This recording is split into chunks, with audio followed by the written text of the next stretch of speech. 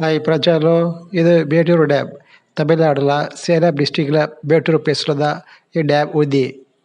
ఇది తమిళనాడులో famous dam. ఈ డ్యామ్ వచ్చి కావేరీ రివర్ పైన కట్టినారు.